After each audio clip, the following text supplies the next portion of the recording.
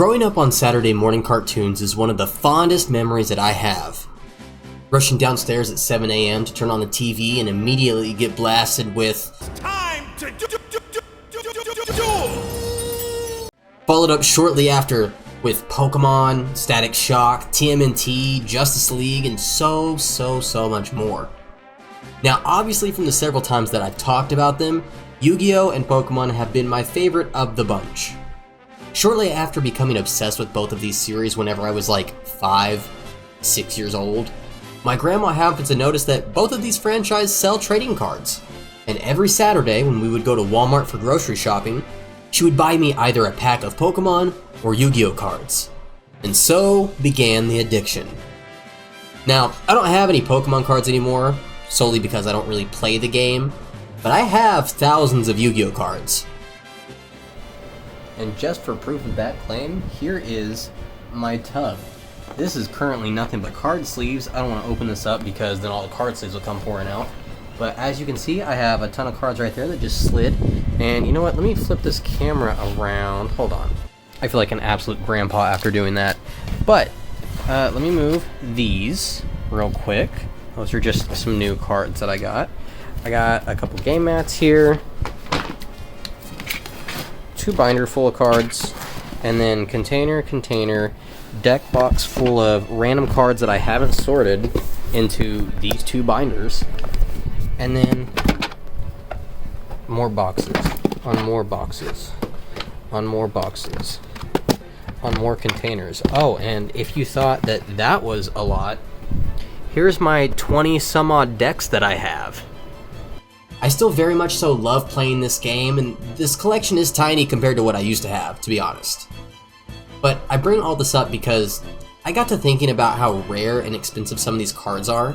Like, for example, there is a Japanese Blue Eyes Ultimate Dragon that is signed by the late and great Kazuki Takahashi himself, may he rest in peace, that was given to the winner of the 2001 Asia Championships. And this card currently values at $400,000. That's a lot of money for a piece of cardboard. And Pokemon cards are wildly expensive as well. So today I wanted to take a look at some of the most rare and expensive trading cards ever and see what's worth the most out of all the trading cards out there.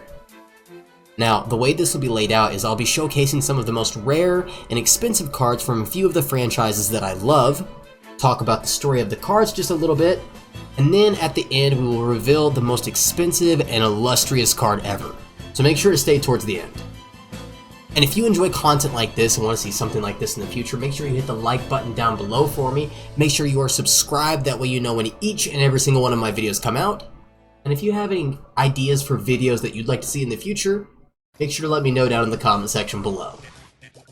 There are several gaps when it comes to the data on the Final and World Championship cards for 2021 and 2022 for Digimon, specifically because these Digimon cards really haven't been around for very long.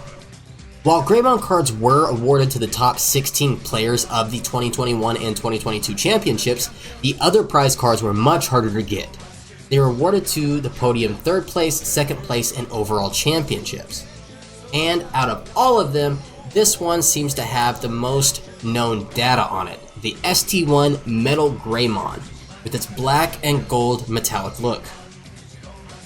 Like a few other cards within the Digimon list, some of these cards only got a copy of 1 or a copy of 2. This Greymon is a 4 of, meaning that there's only 4 of these that were printed, making it pretty rare. And right now, the only one that I could find retails at $3,750. Imperial Dramon Paladin Mode, Ultimate Cup 2022 Champion Edition. In terms of rarity of volumes and copies, this one actually has more copies released than the Metal Greymon previously mentioned, though not by a whole lot. There's only 23 of these in circulation currently, so obviously this card is worth quite a bit. And as to why it's so highly sought after, it's because of the card's impressive artwork and how well it leads itself to the TCG. It's just an incredibly strong card, with incredibly beautiful artwork, and with how limited the quantity is, it has reached itself up to an impressive current $18,000 on eBay. I only found one of these. Tyler the Great Warrior. In 2002, a young man named Tyler was facing a very hard time with a very rare form of liver cancer, and he had to go through quite a few extensive surgeries as part of his treatment. During this process, his story was caught by the Make-A-Wish Foundation, who decided to collaborate with 4 kids and grant Tyler the opportunity to have a unique Yu-Gi-Oh card designed to his liking. The collaboration resulted in the creation of Tyler the Great Warrior, which is a one-of-a-kind Make-A-Wish promotional card, and there's never been another one since. It's only ever been printed once, and it was given to Tyler. And as of 2023, Tyler has actually decided to auction the card. It managed to fetch him a remarkable $311,211, making it the most expensive Yu-Gi-Oh card ever sold at that point in time. The Charizard Top Sun Blueback 1997, PSA 10. So this card is obviously unlike a lot of Pokemon cards that many of you are familiar with, and that's because this isn't part of the original TCG set. This set actually predates the TCG, and what makes these cards so initially sought after is the fact that not only do they look different and have amazing original artwork on them, but also the 1997 Charizard sometimes has a mistake printed on it, where it says it was made in 1995, before the cards even came out. So with this printing error, it is highly sought after by fans alike. And a PSA 10 Charizard Top Sun Blueback card goes for $493,230.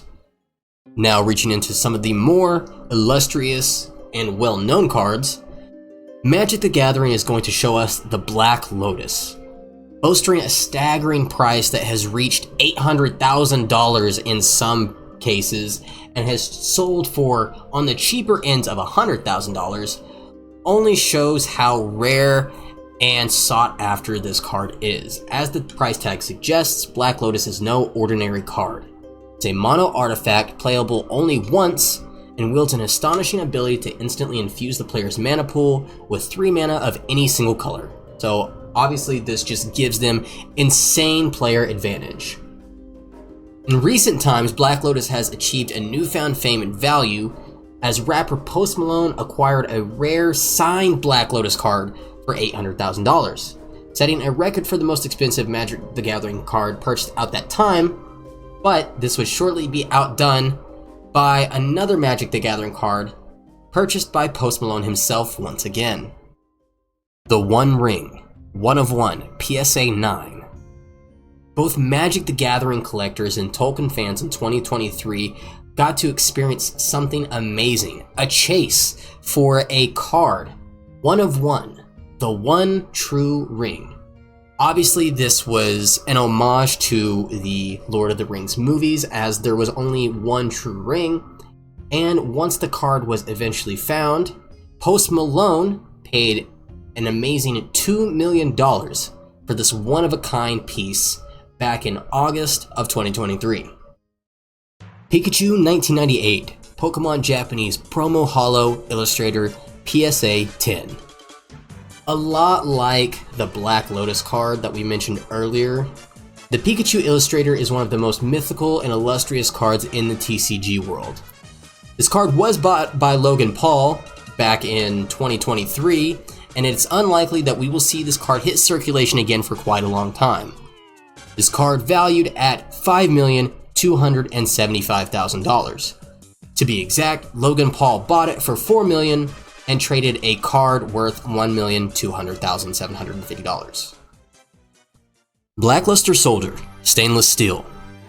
In the original Yu-Gi-Oh anime, Yugi used the Blackluster Soldier as one of his main boss monsters whenever the Dark Magician couldn't quite cut it.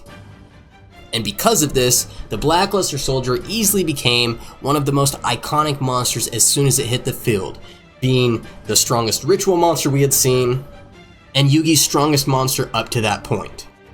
A very unique version of the Blackluster Soldier card was created for the inaugural Yu-Gi-Oh! Duel Monsters 1 tournament, and it is just gorgeous.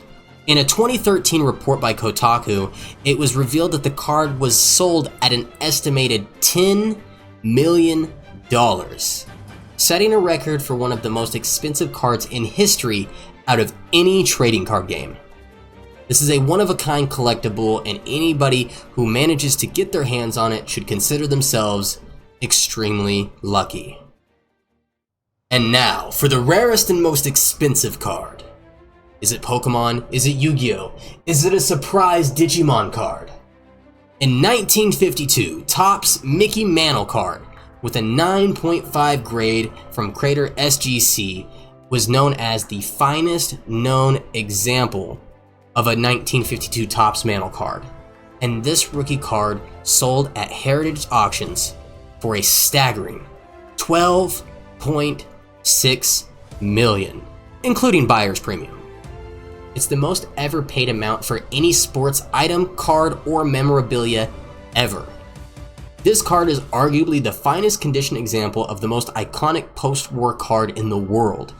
Chris Ivey, Heritage's director of sports auctions, said in a statement, "This card is arguably the finest condition example of the most iconic post-war card in the world. That grade, plus the fact that it has documented provenance from the most storied find in hobby history, puts this card in a category of its own." Solidifying himself as one of the greatest, if not the greatest player to ever live, thanks to his insane drive and love for the game, his kindness to any and all around him, and his perseverance to play games through injury, makes it pretty easy to see why his rookie card may be rated so high amongst other baseball cards and other athlete rookie cards in general. Honestly, I wasn't expecting baseball to take, the trophy for most expensive card, but when you really think about it, I guess it does kind of make sense. These rookie cards are illustrious. The fact that they've been kept in condition for so long, over such a long period of time, is pretty remarkable. And the fact that, they're not making anymore. 1952 doesn't come around anymore. They're not making any more Mickey Mantle rookie cards. And even if they did, they wouldn't be worth what these old ones are. I just didn't expect some of these cards to get up into the 10 millions. Like, I do remember Illustrator Pikachu being over 5 million and thinking, wow, that's really ridiculous. But over $12 million for a rookie card just blows my mind. And I'm a big collector of cards, but I don't think I'll ever have anything like that in my collection. Thank you all so much for watching. I hope you enjoyed this video. If you did, don't forget to hit the like button down below for me. Make sure you are subscribed. That way you know when each and every single one of my videos comes out. And if you have an idea for a video that you'd like to see in the future, make sure to leave a comment down in the comment section below. Thank you all so much for watching, and I will see you all next time.